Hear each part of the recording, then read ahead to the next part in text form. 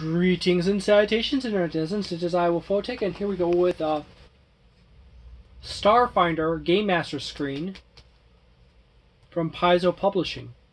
I personally don't think that there's an advanced Starfinder Gamemaster Screen.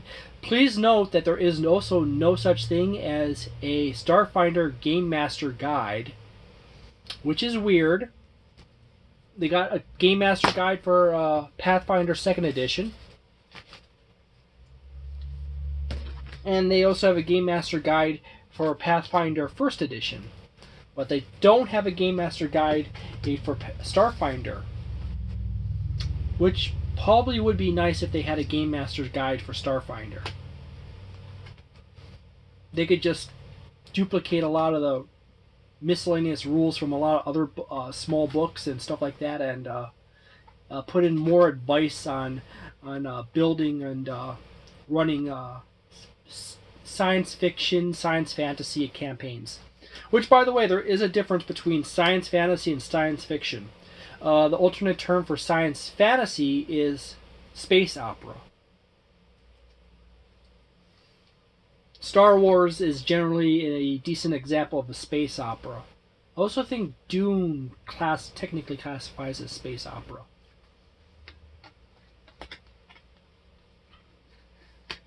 So, we have this nice, beautiful sleeve for Starfinder Gamemaster Screen. It is a quality hard sheet that is actually quite sturdy in itself. Can actually be used. I didn't mention this about the other the Pathfinder First and First Edition dust covers, but they also double as a secondary screen. If you truly needed to, you could just stand it up on a corner, clip two screens together on it, and now you have an extension that's extra tall in the corner. Particularly with that one player that likes to look over your screen. On this screen, unlike Pathfinder 2nd Edition, where they include stuff on the back, I'm not going to try to bring that up too often, except for when it's a note. There is no image on the back with an image of what's on the inside of the screen or on the front of the screen. You do have some artwork that also is on the front of the screen, as you can see, but it's not the whole image. You got some basic information about the screen up top, and as I said, there's the artwork on front, which also is on the screen. I knocked that camera right over. Yay! Put that on your bingo card, everyone. How many times can I accidentally knock over my camera? Please note that you noticed something really interesting, noteworthy about the screen. It is a vertical panel as opposed to a horizontal panel one. Landscape. Some people prefer the landscape and some people prefer the vertical. I do not know why Paizo or Wizards of the Coast or anyone else doesn't produce a version of both. Some ways the vertical is superior to the landscape. In some ways the landscape is superior to the vertical. The landscape is superior in the sense of the fact that it's not an extremely high wall between you and your players, so you can easily look over the top of it and see down in front of you. And you can also lean over if you're a particularly short person or your table is particularly tall. Where the vertical has the nice, also the landscape is wider. Same size panels, but the panels are shifted to horizontally. You have more horizontal space. Where the vertical Gamemaster screen is narrower, you can easily see that it's not nearly as long as the landscape, so you don't have as much backside storage, but the vertical does provide a improved no look over protection but it has inferior from side protection. Okay. Back onto the artwork section, you have this delightful scene, which was actually on the front of this, the dust jacket. It shifts over, and then you got the scene that was on the back of the jacket, and it continues through. So you do indeed get at the front and back. You do indeed have this on the screen. It's just not immediately obvious until you actually open it up. Starfinder has this nice blue motif. Blue and orange are among my favorite colors. Actually, I have to be quite honest, I love every color in the rainbow. I do enjoy the taste of the rainbow as well. I love Skittles. I could eat an entire bag of Skittles in one sitting, and like, my jaw is sore, but I want to eat more Skittles. Another nice perk of a vertical Gamemaster screen is that a lot of the information can be not against the bottom of it, but can actually be higher up in the screen. This makes it easier to actually read the stuff on the top of the screen more effortlessly. Right over here happens to be the ship combat rules.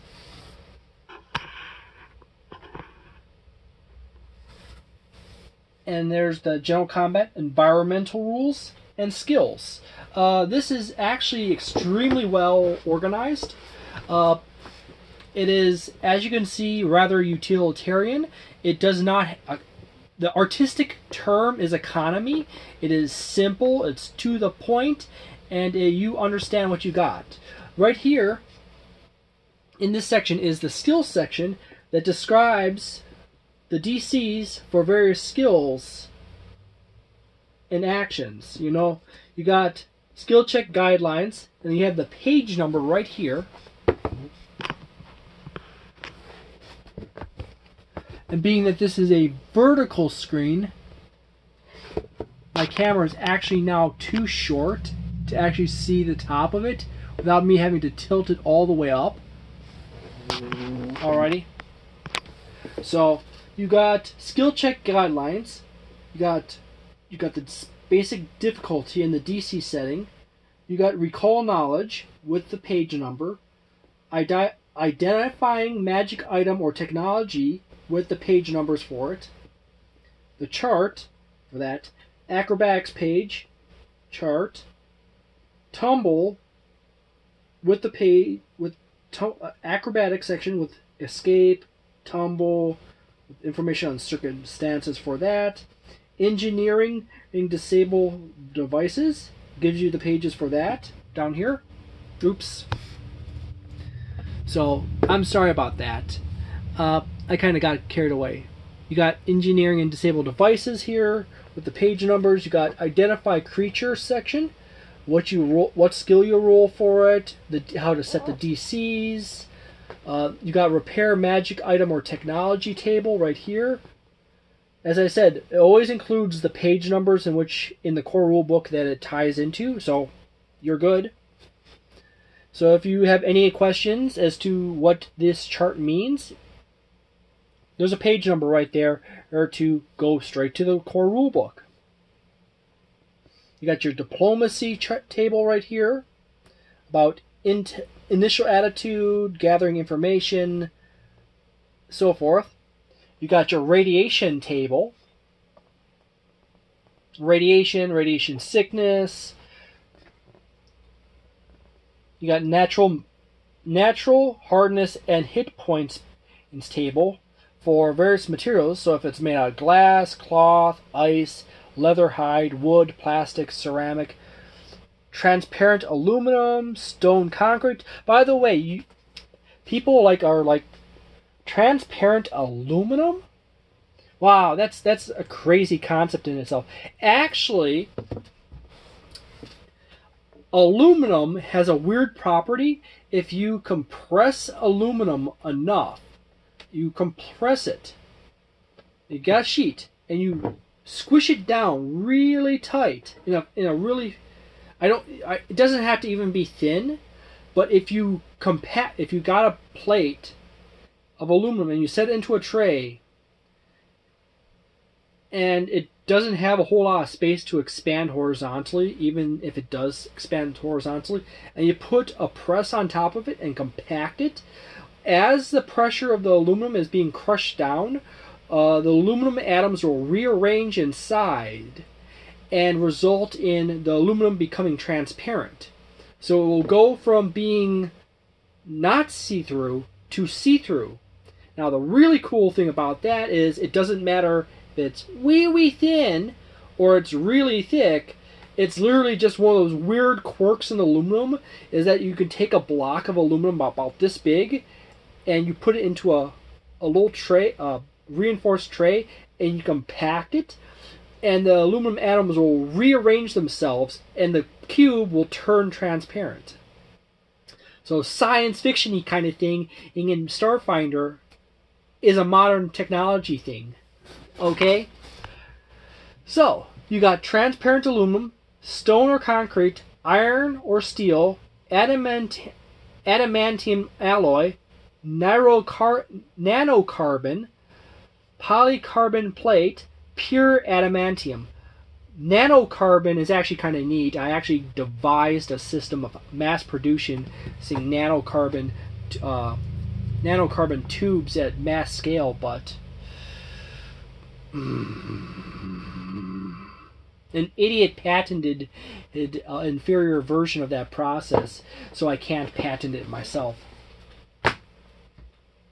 And he did it half-assed too. So now I can't even put the idea out there because the moron sold that patent off in a competition with his daughter or at a science fair. They came up with it as an idea, and then ExxonMobil got it.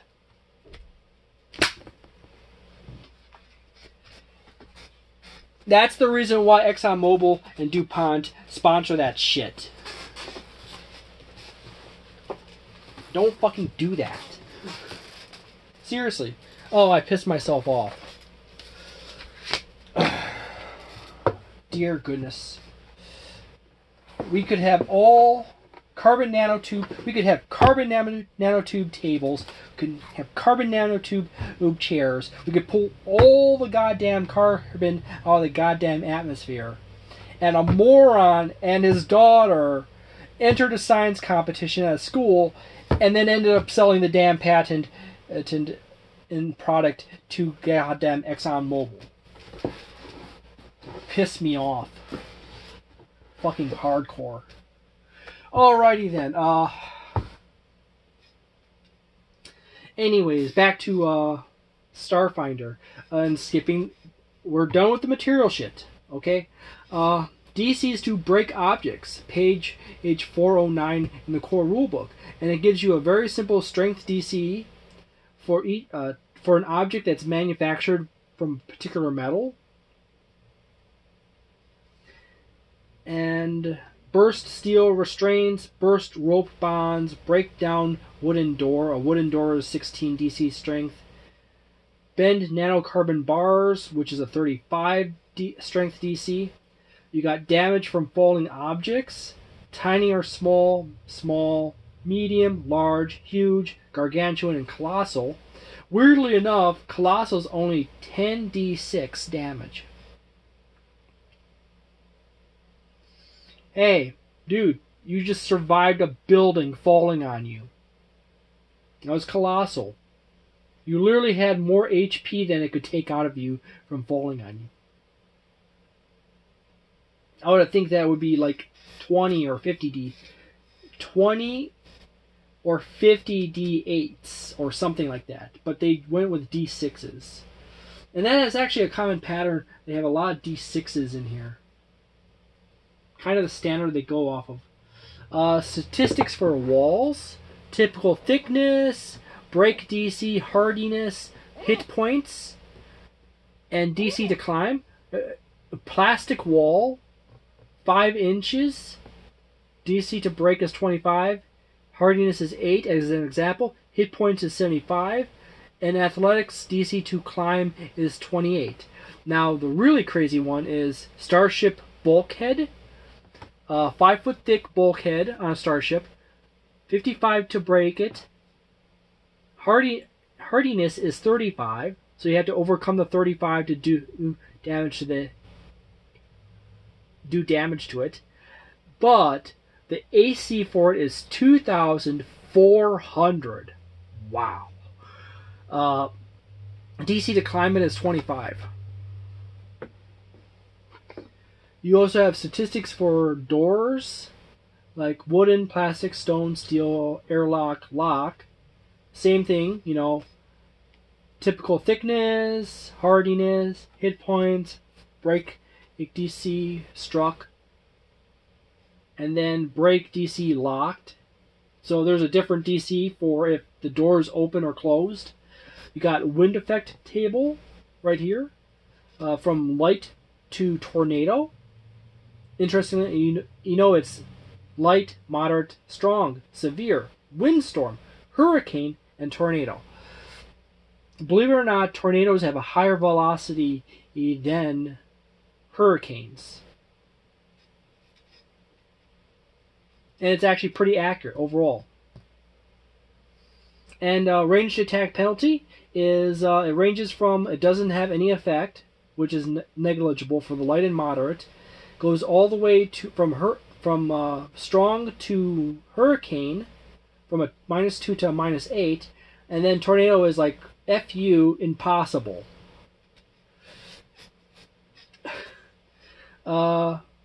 Here in yeah, that is. I started swearing because I got worked up because I came up with an awesome idea in a system, and then I kind of sat on it for multiple years, and then like I find out a guy patented it a few years after, and then he sold it to ExxonMobil. Zero gravity rules.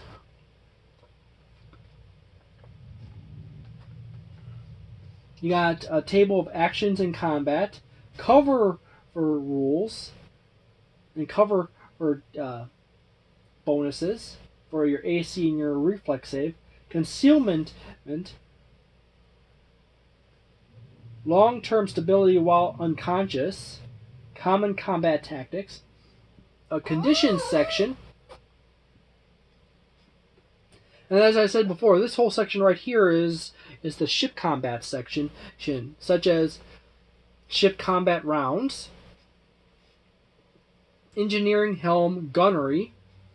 You got starship speed and maneuverability chart, speed on top, maneuverability next down. You got critical damage chart right here for your spaceship, and then you have patching critical damage chart right here. And then up here is the combat grid explaining forward arc, starboard arc, port arc, and aft arc, because all your weapon systems are designed in Starfinder to operate from a particular side of your ship. So like you can have a turret on your starboard side, and they could only function firing from your starboard side. You have forward firing weapons can only fire through your forward range or down your diagonal arcs between them. And then you have, as I said before, you can have weapons that can fire out your back end, and you have your aft arc. And this is a handy dandy illustration to visualize these in relationship. How far can you shoot here? And when you set up the battle mat for your spaceship, boop, you can put this, you can show people this, or use a quick explanation, like draw a set of lines from your spaceship, and these are all the enemy spaceships moving in and around you, and this is your weapons options, you know. And then, of course, as I said, there's variable control in some weapon systems. Some weapon systems are more fixed on, some more flexible, so forth. This is actually an overall awesome Gamemaster screen. It is a vertical style, so some people might not care for a vertical Gamemaster screen, but this is also the only one that is of offer for Starfinder. It would be nice if we had a horizontal version of this one, or we had an advanced version in vertical and horizontal. But overall, everything here is actually extremely easy to read. All the text is actually very bold and clearly written out. Most of this is charts, with the exception of a little bit of section here for starship rules, conditions, actions in combat section, zero gravity, and common actions right here.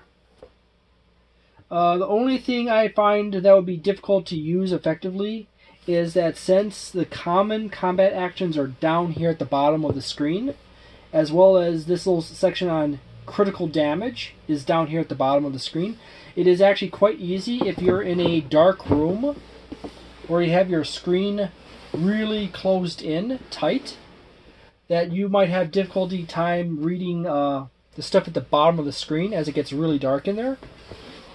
You open up your screen a little bit, it might be a bit easier, but then it becomes more unstable and wants to close on you funny. But if you open up your screen too much, it won't stand, and obviously your players will be able to see around your backside and see your notes on your table. So there you go. Overall, I really do love this screen. I would be very interested in if Paizo makes an updated version of this, the advanced Starfinder Gamemaster screen, because that would be really cool overall. Currently, this is a 4+ star screen. As I said, the only thing is that it's being a vertical one, you get a shadow effect in the bottom of the screen. It's harder to reach over the top of the screen for short people, and you don't have as much coverage horizontally to block a view from the back side of the screen.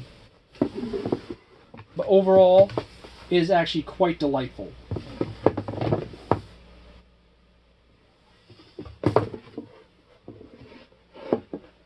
So there you go. Thank you very much for watching this video. If people truly want me to cover more Starfinder, leave a lot of likes, leave likes and comments on this video in the comments section, and share this video around. And I will make an effort to push up the effort to get a group together to play more Starfinder. That way I can actually get more review time on the products, as well as before actually doing any reviews on them, as well as better cover for all the information with more from solid experience as opposed to limited experience and a lot of study. Starfinder has a great deal amount of potential. It is actually a nice mashup between fantasy and science. It's specifically a science fantasy or space opera-like game with level system. So if you are not the type of person... Good grief. 5 seconds. If you're not the type of person who wants to go...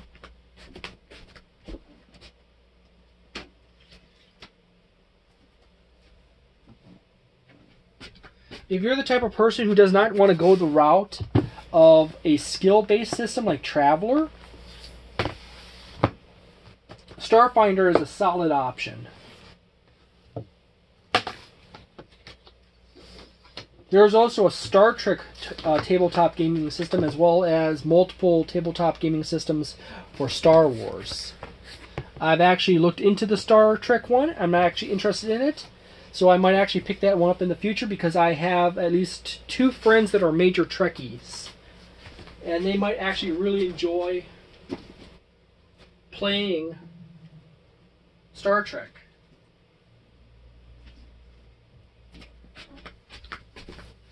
So, thank you very much. Have a delightful day, a nice night, and a wonderful week, and a magnificent month. And see you next time.